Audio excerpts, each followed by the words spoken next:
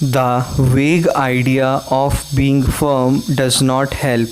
The partition of India was, from every point of view, a very unnatural thing. Well, we accepted it, we continue to accept it, and we will act accordingly. But as the President said in his address, it inflicted such wounds on the vast masses of people in India and Pakistan as would take some time to heal. Some honorable members have often pointed out that Pakistan employs wrong methods and does not follow a straight policy. I agree, but would honorable members suggest to this government that it should also not follow a straight policy in regard to Pakistan? I want that question to be considered and answered because I am quite convinced in my mind that whatever policy Pakistan may follow, we should not follow a crooked policy.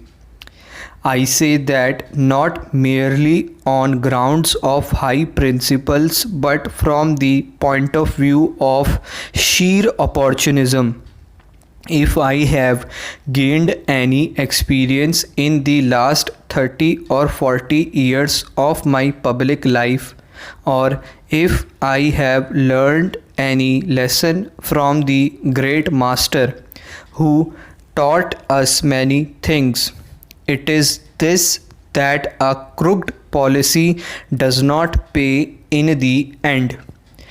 It may pay temporarily. I do not mean that any member is suggesting such a policy, but there are people and organizations outside the house who do suggest it, and this is why I referred to it. I therefore want to make it perfectly clear that these suggestions, which according to me are crooked suggestions and come out of crooked minds, will not be accepted by us whatever the consequences.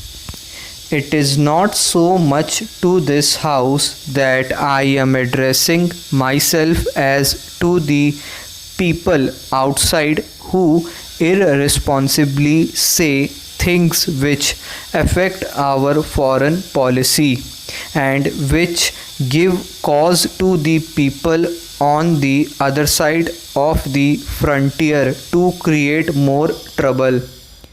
We are a great country and this house has great authority over matters of state, both domestic and foreign. What this house says or what an honorable member in this house may say is carried to far countries, and this is how other people judge our country. Therefore, we must speak with a great deal of responsibility. Our lightest utterance may have a special meaning for other countries.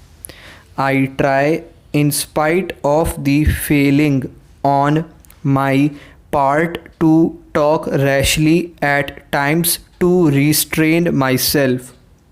I have tried to speak with as much moderation as I can on matters concerning Pakistan and other countries. I am convinced that we must be strong and firm in our policies and preparation, be they military or other. We must not give in on any point we consider wrong. Whatever happens, but our attitude should at the same time be restrained, moderate, and friendly.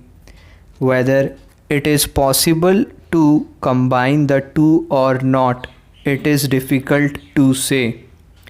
Anyhow, that is my training, and that was the training we received even when we were fighting a powerful, imperialism and risking everything in that fight, not to bow down to evil but to be firm with it, not to compromise with it or stoop to its own level, but to prepare to meet it on every front, and at the same time be gentle in our conduct and moderate in our language.